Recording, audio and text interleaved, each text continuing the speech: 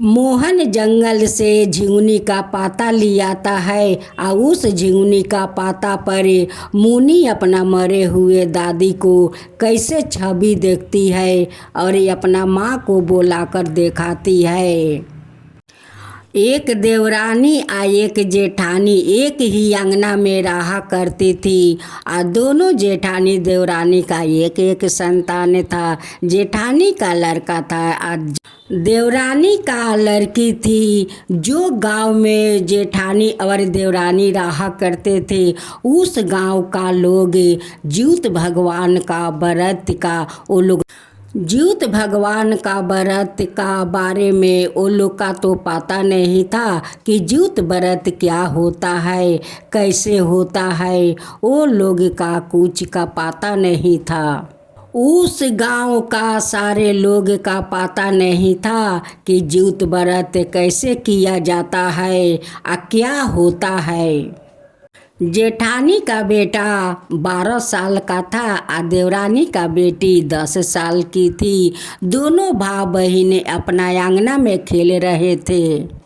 अचानक जेठानी का बेटा का आय आय करते करते उनकी ज़बान बंद हो जाता है। फिर मुनी कहती है कि मेरा भी पाँव सूना हो गया, मेरा तो दोनों पाँव सूना हो गया। अब तो मुनी रोने लगी, चिल्लाने लगी। दोनों जेठानी देवरानी अपना घर से आती है और कहती है कि बच्चों तुम लोग क्यों चिल्ला रहे हो, क्या हुआ बच्चों, क्या हुआ। मुनी कहती है कि माँ मेरा दोनों पैर सूना हो गया और देखो भैया का ना जाने क्या हो गया, आय आय करते करते भैया को जबान बंद हो गया माँ, जबान बंद हो गया। अब मेरा दोनों पाँव सूना हो गया माँ। अब तो जेठानी देवरानी दोनों रोने लगी और कहने लगी कि अचानक क्या हो गया कि हम लोग का बच्चों को किसी को बोलती बंद हो गया तो किसी का पैर सूना हो गया। ये क्या हो गया, क्यों हो गया। वो लोग का तो कोई पता नहीं था कि क्यों हुआ, कैसे हुआ। मुनी का तो चलना फिरना बंद हो गया और मोहन का तो बोली बंद हो गया। लेकिन मोहन तो चल फिर रहा था, बाहर भीतर जा रहा था। मोहन खेलते खेलते जंगल में चला जाता है और जंगल से कुछ पाता तोड़ कर ले आता है। जो पाता तोड़ कर ले आता है वो पाता झिंगुनी के पाता था। मुनी कहती है कि मोहन भैया आप इतना सुंदर पाता कहाँ से ले आया। वो इशारा पर दिखाता है कि मैं जंगल से ले आया है।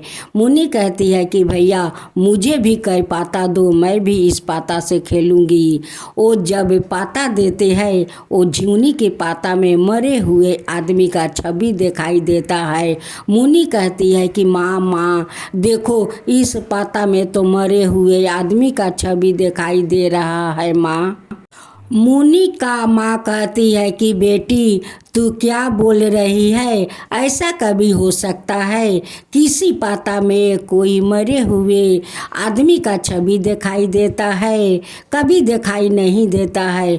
मुनी कहती है कि नहीं माँ मैं झूठ नहीं बोलती हूँ, इस पाता में मरे हुए आदमी का छवि दिखाई देता है माँ।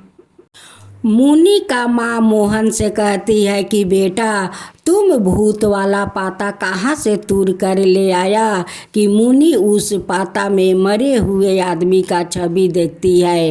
वो पाता ले जाकर देवरानी सारे घर के पीछे में। देवरानी का बहन का जिस देश में शादी हुआ था उस देश का कुछ लोग ज्योत भगवान का व्रत कर रहे थे। उसी समय उनकी बहन का पति आ जाते हैं। मुनी का माँ कहती है कि देखिए हम लोग का बच्चा को अचानक क्या हो गया। मोहन का तो बोलती बंद हो गया और मुनी का दोनों पैर अचानक सूना हो गया। देखिए हम लोग का बच्चा को क्या हो गया। मोहन जंगल से कुछ पाता लाया था, उस पाता में मरे हुए हम मुनी छवि देख रही है। कहती है कि माँ देखो ना इस पत्ते में मरे हुए आदमी को छवि दिखाई दे रहा है। उनकी बहन का पति कहते हैं कि वो पाता कहाँ है। वो मुनि का माँ कहती है कि मैं तो सारे पाता को घर का पीछे फेंक दिया है। वो ले जाकर वो पाता को दिखाती है। वो कहते हैं कि आज का रात तो इसी पाता में मेरे देश में सब लोग जीवित भगवान का व्रत करती है। वो लोग इसी पाता में मरे हुए लोग का भोजन देगी। जेठानी और देवरानी दोनों कहती है कि जीवित भगवान कौन होते हैं, उनकी पूजा कैसे होती है। हम लोग का तो पता नहीं है कि कैसे उनकी पूजा होता है। वो कहते हैं कि वैसे हम इतना जानता हूँ कि सारी औरत लोग पूजा करती है। 4 बजे भोर में इसी झिंगुनी का पाता पर वो लोग मरे हुए आदमी का भोजन देगी। मुनि का माँ चिंता करते करते शाम का पहर मुनि का लेकर सो जाती है। सपने में उनकी सास ससुर दर्शन देते हैं और कहते हैं कि जो पाता वो लड़का लाया था वही पाता झिंगुनी के है। तुम लोग तो झिंगुनी का तरकारी खाती हो। देखो काल तो सारा दिन उपास रहना है। आज 4 बजे भोर में उसी झिंगुनी का पाता में हम लोग उसी झिंगुनी का पाता में तुम लोग जो रात को खाना बनाओगी उसी खाना से कुछ खाना निकाल देना और उसी खाना को झिंगुनी के पाता में रख कर 4 बजे भोर में तुम लोग का देना है। सारे मरवाला लोग आकर अपना परिवार को हाथ के खाना को आशा करते हैं। आकर 4 बजे बैठे रहते हैं। वो अगर तुम्हारा सास ससुर जो जो खाता था अगर वो सारे भोजन बनाकर उस झिंगुनी के पाता पर दो तो मरवाला और खुश हो जाते हैं।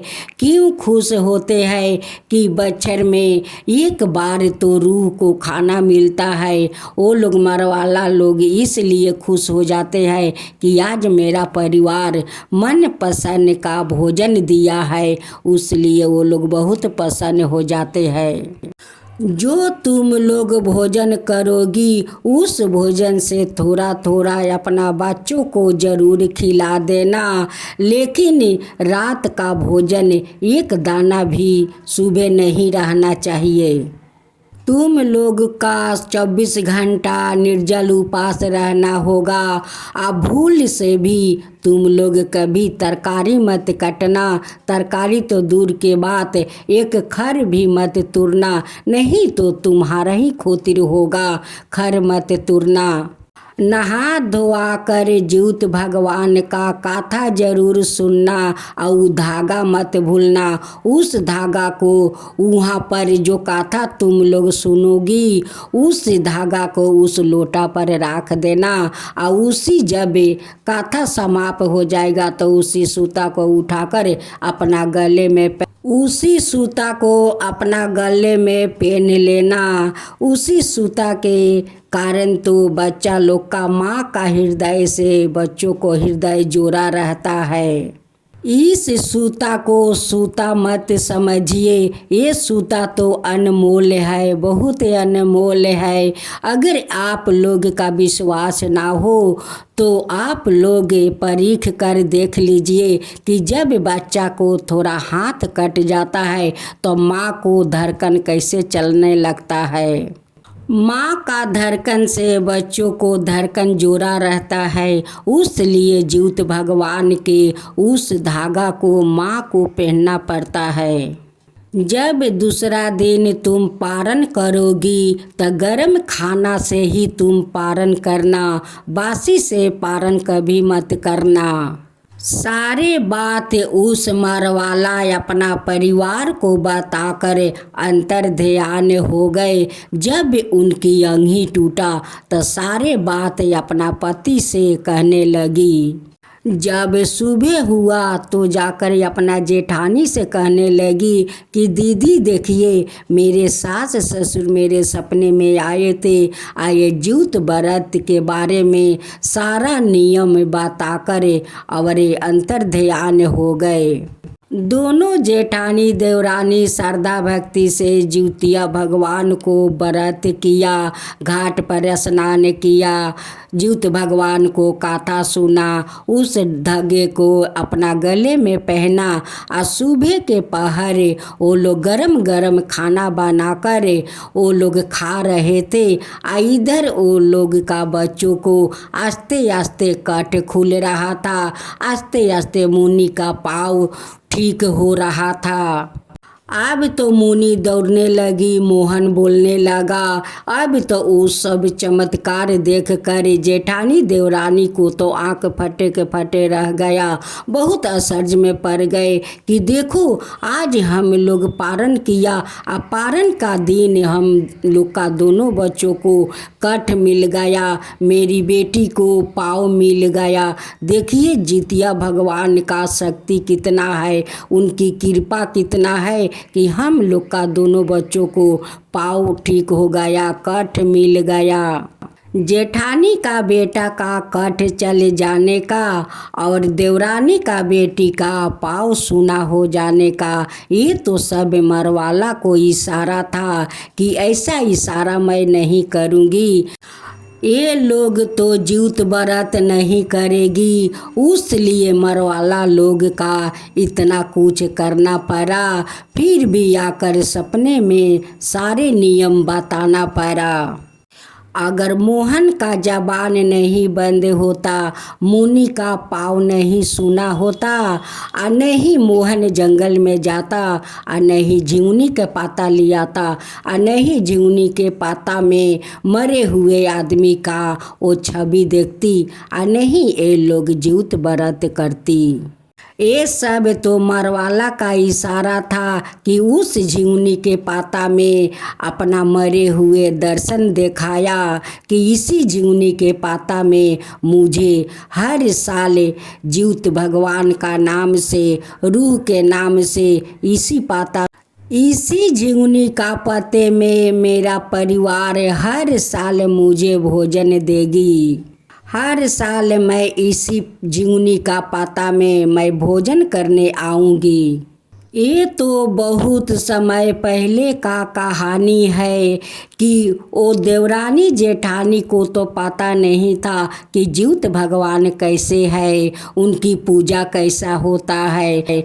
इस पूजा का बारे में तो जेठानी देवरानी को तो पता नहीं था, क्योंकि उस गांव में तो किसी ने जिउत भगवान को व्रत नहीं कर रहे थे, तो वो लोग का पता कैसे चलेगा।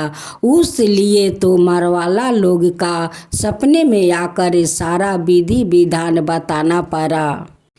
अगर अभिन का युग में किसी परिवार में इस पूजा के बारे में नहीं जानता हो, तो अभिन का मरवाला आकर अपना परिवार को सारे नियम बताएंगे, नहीं बताएंगे। अभिन को जमाना में नहीं मरवाला आएंगे और नहीं बताएंगे, क्योंकि ये घोर कलयुग चल रहा है। ये घोर कलयुग में अभी सत्य का जमाना नहीं है।